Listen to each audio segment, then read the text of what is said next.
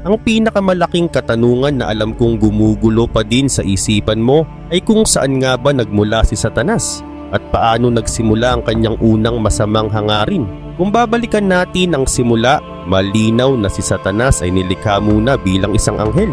Lahat ng anghel kasama na siya ay ginawa ng Diyos sa pamamagitan ng kanyang anak, ang Panginoong Hesus. Wala kahit isang nilalang na hindi dumaan sa kanyang kapangyarihan. Ayon sa John chapter 1 verse 3, lahat ng bagay ay nalikha sa pamamagitan niya. Dahil banal ang Diyos, imposibleng siya mismo ang lumikha ng kasamaan. Kaya malinaw sa Biblia na ang lahat ng anghel ay nilikha sa isang banal at walang dungis na kalagayan. Bawat isa ay isang direct creation ng Diyos, walang bahid ng kasalanan sa simula. Pero dumating ang araw na nagrebelde si Satanas laban sa Diyos. Dahil sa paghihimagsik na yon, tinanggap niya ang puot ng Diyos. At hindi lang iyon, nakumbinsi rin niya ang malaking bilang ng mga anghel na sumama sa kanya. Ayon sa ilang estimate, 1/3 ng kabuuang bilang ng anghel ang bumaligtad kasama niya. Mula noon, si Satan at ang mga anghel na sumama sa kanya ay naging tunay na kaaway ng Diyos. Kinukontra nila ang plano ng Diyos at sinusubukang sirain ng tao na kanyang nilikha. Makikita ang dalawang mahahalagang bahagi ng kasulatan na tumatalakay sa pinagmulan at pagbagsak ni Satan. Ezekiel chapter 28 verses 12 to 19 at Isaiah chapter 14 verses 12 to 17. Sa Isaiah chapter 14, inilarawan kung paano bumagsak si Satan mula sa langit. Tinawag siyang Star of the Morning at Lightbringer, isang titulo na nagpapakita ng dating taas ng kanyang kaluwalhatian. Ngunit dahil sa kayabangan, sinabi niya sa kanyang puso, "Aakyat ako sa langit, itataas ko ang aking trono higit pa sa mga bituin ng Diyos. Ako ang uupo sa bundok ng kapulungan, aangat ako sa itaas ng mga ulap. Gagawin ko ang sarili kong kasing taas ng kataas-taasan." Pero ang sagot ng Diyos, hindi ito maari. Sabi ng Biblia, ibabagsak siya sa Sheol, sa pinakamalalim na bahagi ng pit, ang lugar ng mga patay. At sa huli, pagdating ng panahon, tititigan siya ng mga tao at magtatanong, ito ba talaga ang nilalang na nagpayanig ng mga kaharian, na nagwasak ng mga lungsod bago siya bumagsak? Tila nasa pinakamataas na posisyon si Satan kumpara sa lahat ng nilalang. Wala pang ibang creature na nabigyan ng ganoong karangalan.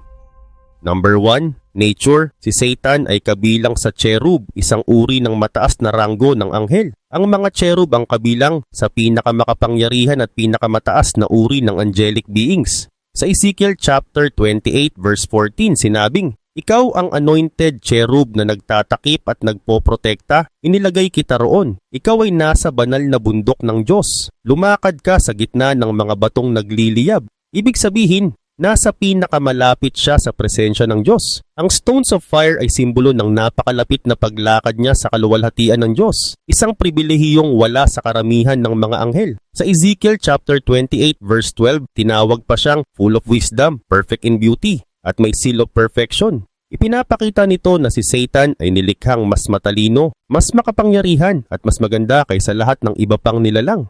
Ang mga paglalarawang ito ay figurative language, metaphorical na paraan ng pagsabing wala pang nilikhang mas perpekto sa kanya bago siya nagrebelde. Number 2, position. Hindi lang siya isang anointed leader. Tinawag din siya ng 2 beses bilang guardian covering cherub. Sa madaling salita, siya ang parang chief protector, isang espiritong binigyan ng natatanging tungkulin na magtakip at magbantay sa napakahalagang bahagi ng presensya ng Diyos. Maaring tumukoy ang guardian cherub sa napakataas na tungkuling ibinigay sa kanya, parang honor guard ng langit, tagapag-ingat ng kabanalan ng Diyos at tagapagpahayag ng kanyang kaluwalhatian. Isa itong posisyon na wala pang ibang nilalang ang nagkaroon noon. Number 3, habitation.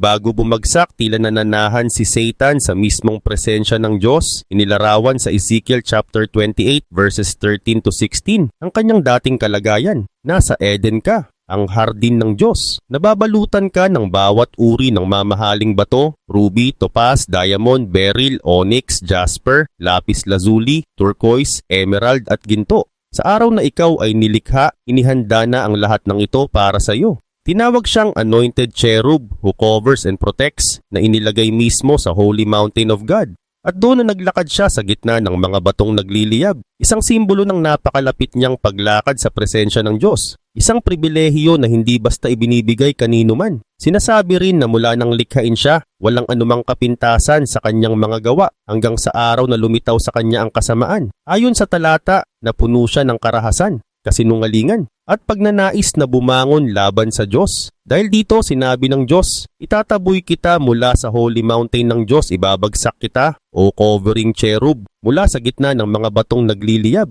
Number 4, perfection. Sa simula, ang anghel na ito ay ganap na walang dungis. May seal of perfection, puno ng karunungan at sakdal ang kagandahan. Tulad ng lahat ng nilikha ng Diyos, flawless siya noong araw na yon. Hindi lang siya matalino, kaakit-akit din ng kanyang anyo. Sa buong koleksyon ng mga nilalang ng Diyos, ang mga cherubim at seraphim ang pinakamataas na uri. Kaya maliwanag na si Satan bago magrebelde ay nasa tuktok ng lahat ng nilikhang nilalang. Nakatayo siya sa Holy Mountain of God, isang simbolo ng lugar kung saan nananahan ang presensya ng Diyos. At muli, binanggit ang paglakad niya sa gitna ng batong nagliliyab na nagpapakita kung gaano siya kalapit sa mismong kaluwalhatian ng Diyos. Hindi ipinaliwanag ng Diyos kung paano nangyari ang unang kasalanan nito. Pero malinaw ang sabi, iniquity was found in you.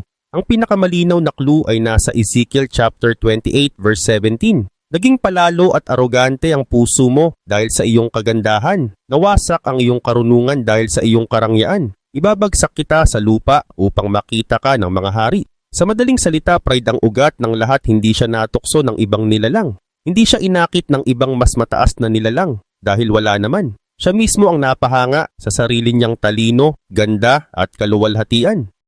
Habang nagmumuni-muni sa kagandahang ibinigay sa kanya ng Diyos, unti-unti siyang nakapokus sa sarili hanggang sa isipin niyang kaya niyang maging kasing taas ng Diyos. Ito ang unang pagsilang ng kasamaan sa puso ng isang nilalang. Sa Luke chapter 10 verse 18 sinabi ni Jesus, nakita ko si Satan na bumagsak mula sa langit na parang kidlat. Sinabi ito ni Jesus nang bumalik ang 70 disciples mula sa kanilang misyon. Ipinadala niya sila para magpahayag at ihanda ang daan patungong Jerusalem. Pagbalik nila, tuwang-tuwa sila dahil nakita nilang sumusunod sa pangalan ni Jesus maging ang masasamang espiritu. Nakasulat sa Luke chapter 10 verses 17 and 18. Panginoon, maging ang mga demonyo ay sumusunod sa amin dahil sa iyong pangalan. At sumagot si Jesus, nakita ko si Satan na bumagsak mula sa langit na parang kidlat. Pero hindi iyon simpleng pahayag. Ito ay babala laban sa pride. Ipinapaalala ni Jesus na kahit anong tagumpay sa ministeryo, kahit gaano kalakas ang spiritual authority, hindi dapat magdala ng kayabangan. Dahil ang unang pagbagsak sa kasaysayan, ang kay Satan, ay dahil sa isang bagay. Pride ang nagtulak sa kanya pababa. At para bang sinasabi ni Jesus sa mga disipulo, oo, totoo. Kahit ang mga demonyo ay sumusunod sa inyo dahil sa aking pangalan. Pero mag-ingat kayo dahil ang pride ang kasalanang pinagmumulan ng lahat. Ito ang parehong kasalanang nagbagsak kay Lucifer. Dahil sa sobrang kayabangan, itinulak niya ang sarili niyang pagkahulog mula sa langit hanggang sa pinakamababang kalagayan. Kaya inalis siya ng Diyos sa dating mataas na posisyon na ibinigay sa kanya. Sinasabi sa 1 Timothy chapter 3 verse 6 na ang isang pinuno sa simbahan ay hindi dapat bagong mananampalataya, baka maging mayabang at mahulog sa kaparusang tinamo ng dyablo. Ibig sabihin ang pride ay mapanlin lang. At mismong si Satan ang unang patunay nito. Dahil sa kasalanan niya, ginamit niya ang mga pagpapalang bigay ng Diyos para sa sariling kapakinabangan. Nakumbinsin niya ang maraming anghel na sumama sa kanyang rebelyon. Isang napakalaking pagkakasala na binanggit sa Ezekiel chapter 28 verses 18 and 19. Dahil sa dami ng iyong kasamaan, nilapastangan mo ang iyong lugar. Kaya magmumula sa iyo ang apoy na wawasak sa iyo. Gagawin kitang abo sa harap ng mga bansa. Lahat ng nakakakilala sa iyo ay magugulat at ang iyong katapusan ay magiging nakakatakot. Ang mga salitang merchandise at traffic na binanggit sa lumang salin ay marahil tumutukoy sa paraan ni Satan ng panghihikayat sa napakaraming anghel, parang pagre-recruit ng mga kasama sa rebelyon. At dahil sa kasalanang iyon nadungisan ang lugar niya mismo sa presensya ng Diyos. Dahil sa kanyang kayabangan at karahasan, itinapon ng Diyos si Satan mula sa kanyang mataas na posisyon. Hindi na siya maaaring manatili malapit sa trono ng Diyos. Sinasabi sa kasulatan, I cast you to the ground. Ito ang malinaw na paghatol laban sa kanyang pag-aalsa. At ang pinakahuling kaparusahan niya Ang lake of fire ayon sa Matthew chapter 25 verse 41. Lumayo kayo sa akin kayong mga isinumpa patungo sa walang hanggang apoy na inihanda para sa dyablo at sa kanyang mga anghel. Mahigpit ang hatol pero hindi pa ito final sa ngayon. Gumagalaw pa si Satan dito sa mundo at patuloy na nang aapi ng mga tao. Pero tiyak ang kanyang wakas. Darating ang araw ng final judgment at doon siya ikukulong sa lake of fire magpakailanman. Sabi nga sa Ezekiel chapter 28 verse 17, naging palalo ang iyong puso dahil sa iyong kagandahan. Nawasak ang iyong karunungan dahil sa iyong karangyaan, kaya ibinagsak kita sa lupa. Makikita sa Isaiah chapter 14 ang 5 pahayag ni Satan na tinatawag na 5 I will statements, mga salita ng paghihimagsik. Ito ang 5 I will na nagpapakita ng kanyang ambisyon na umangat sa pwesto na hindi para sa kanya. Ito ang totoong laman ng puso niya, ang sandali bago siya itapon mula sa presensya ng Diyos. Number 1, I will ascend to heaven. Dati may access siya sa presensya ng Diyos bilang leading cherub, pero dito hindi lang access ang gusto niya. Gusto niyang tumira doon maging kapantay ng may kapal. Number 2, I will raise my throne above the stars of God. Ang stars ay tumutukoy sa mga anghel. Ibig sabihin, nais niyang mamuno higit sa lahat ng angelic beings. Nabanggit din ang pangatlong pahayag ni Satan, I will sit on the Mount of Assembly. Sa Isaiah chapter 2 verse 2 at Psalm chapter 48 verse 2, ang Mount of Assembly ay tumutukoy sa sentro ng pamamahala ng Diyos, isang larawan ng kaharian ng Mesaya na uusbong mula sa Jerusalem. Ibig sabihin, ang gusto ni Satan ay hindi lang maging mataas, kundi makihati sa mismong pamumuno na itinakda ng Diyos. Ayon sa talata, darating ang panahon na ang mountain of the house of the Lord ay magiging pinakamataas sa lahat at dadagsain ng mga bansa.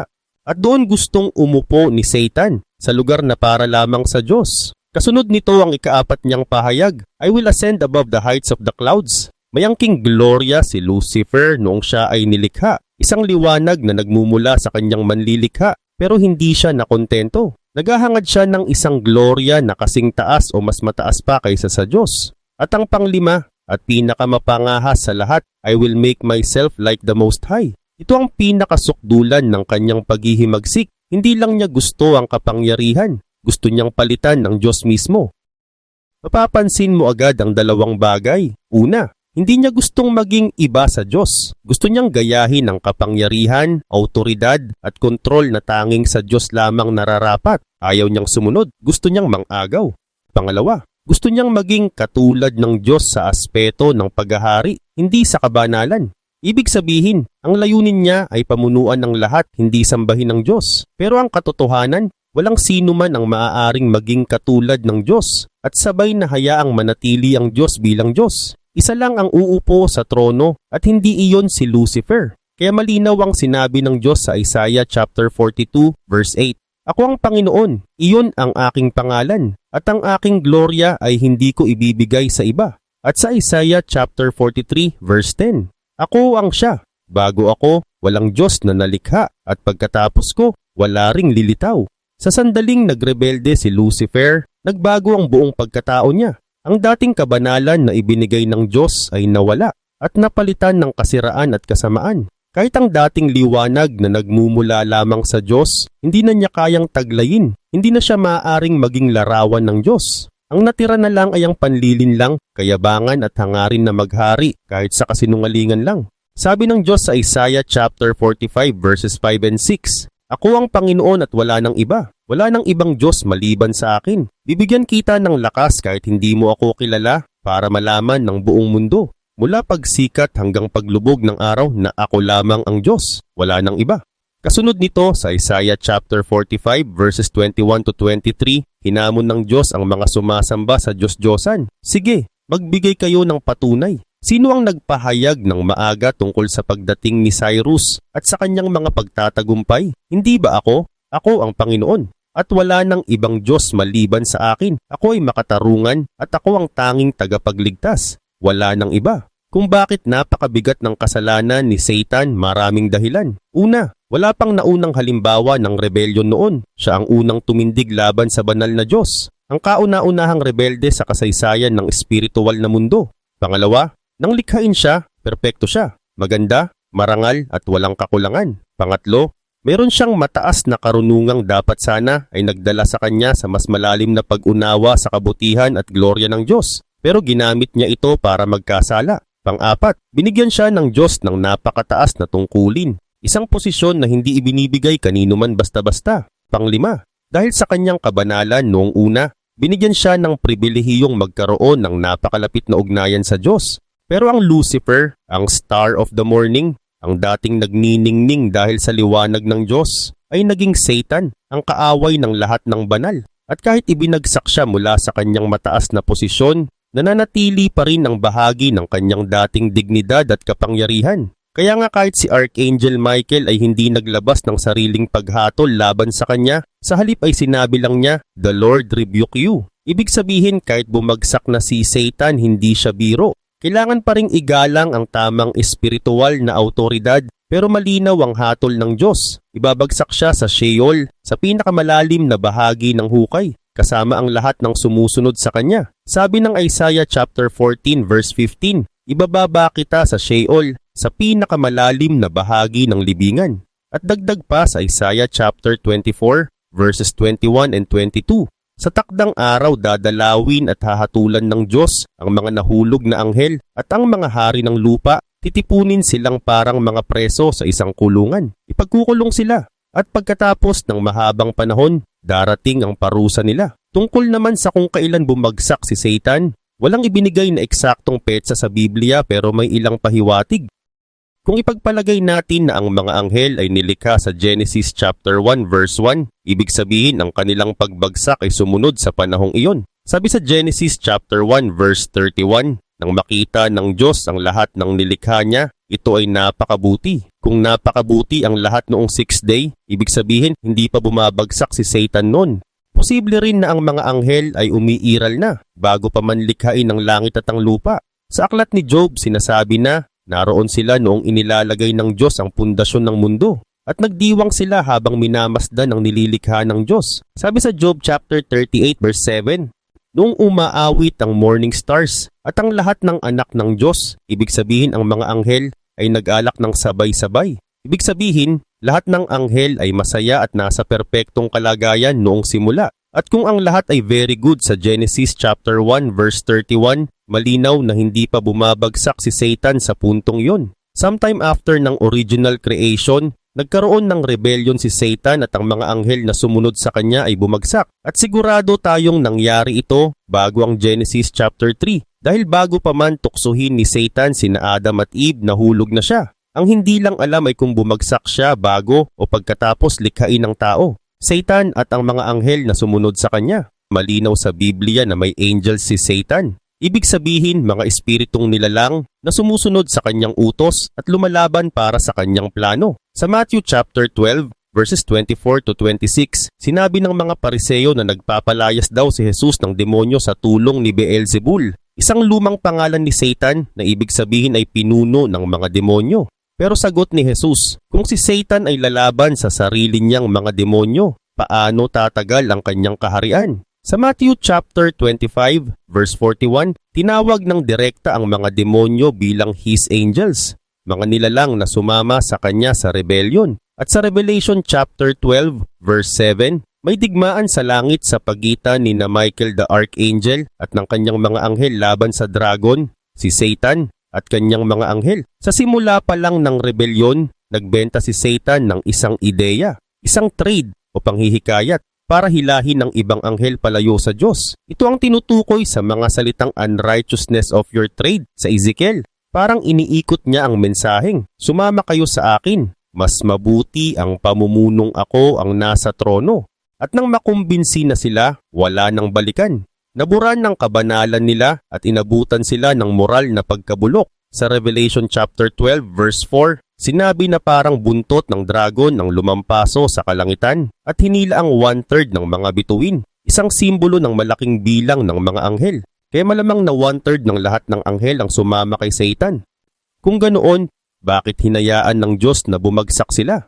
Ito ang tanong ng karamihan. Kung mabuti at makapangyarihan ng Diyos, bakit hinayaan niyang may kasamaan? Bakit pinayagan niyang magrebelde si Satan at ang mga anghel? Pero kailangan nating tandaan, ang Diyos na naghayag ng kasaysayan ng kasamaan Siya rin ang Diyos na inilarawan bilang banal, matuwid, walang bahid, at hindi kailanman nagtataguyod ng kasalanan. Sabi sa James chapter 1 verse 13, kapag tinutukso ka, huwag mong sabihin na ang Diyos ang nagtutukso sa iyo, sapagkat ang Diyos ay hindi natutukso ng kasamaan, at hindi rin siya nanunukso ng sinuman. Ang kasalanan ay hindi nagmula sa Diyos. Nagmula ito sa sariling pagnanasa, sa maling paggamit ng kalayaang ibinigay niya sa mga nilalang. Kasabay nito, ipinakilala ng Biblia ang Diyos bilang omnipotent at sovereign. Ang ibig sabihin, siya ang may hawak ng lahat, walang karibal, walang kapantay. Sa Isaiah chapter 41 verse 4, ako ang Panginoon, ang una at ang huli. Ako ang Diyos bago pa nagsimula ang kasaysayan at ako pa rin ang Diyos hanggang ngayon. At sa Isaiah chapter 43 verse 13, mula noon hanggang ngayon, ako pa rin siya. At walang sino man ang kayang bumaon sa aking kamay para iligtas kung aking hinatulan. Sabi ng Diyos, ako ang kumikilos at walang sino mang makapipigil o makakabawi sa aking ginagawa. Wala siyang katapat, wala siyang karibal. At sa huling panahon tatapusin ng Diyos ang kasamaan. Aalisin niya ang kasalanan magpakailanman at gagawin niyang bago ang lahat ng bagay. Sa Revelation chapter 20 verses 10 to 15, ganito ang nakasulat. Ang dyablo na nanlinlang sa mga tao ay ihahagis sa lake of fire na nagliliyab sa sulfur. Doon kung saan naroroon ang beast at ang false prophet at parurusahan sila araw at gabi magpakailanman. At dagdag pa, sinumang ang pangalan ay hindi nakasulat sa Book of Life ay ihahagis din sa Lake of Fire. Isang lugar ng eternal separation from God. Ang pinakahuling hatol si Satan ay hindi ordinaryong anghel. Isa siyang guardian cherub, isang mataas na ranggo ng anghel na itinalaga para magbantay at magsilbi sa presensya ng Diyos. Si Lucifer noon ay nasa gitna ng apoy ng Diyos. Isang simbolo ng pinakamalapit na pakikipag-ugnayan sa banal na presensya. Bilang pinakamataas na anghel, siya ang nangunguna sa papuri at pagsamba kay Yahweh. Kaya parang imposibleng isipin paano nagkaroon ng kasamaan sa isang nilalang na ganoon kataas ang ranggo. Ang sagot, binigyan siya ng Diyos ng kakayahang pumili. Hindi gusto ng Diyos ang worship na napipilitan lang. Gusto niya ay kusang loob mula sa puso.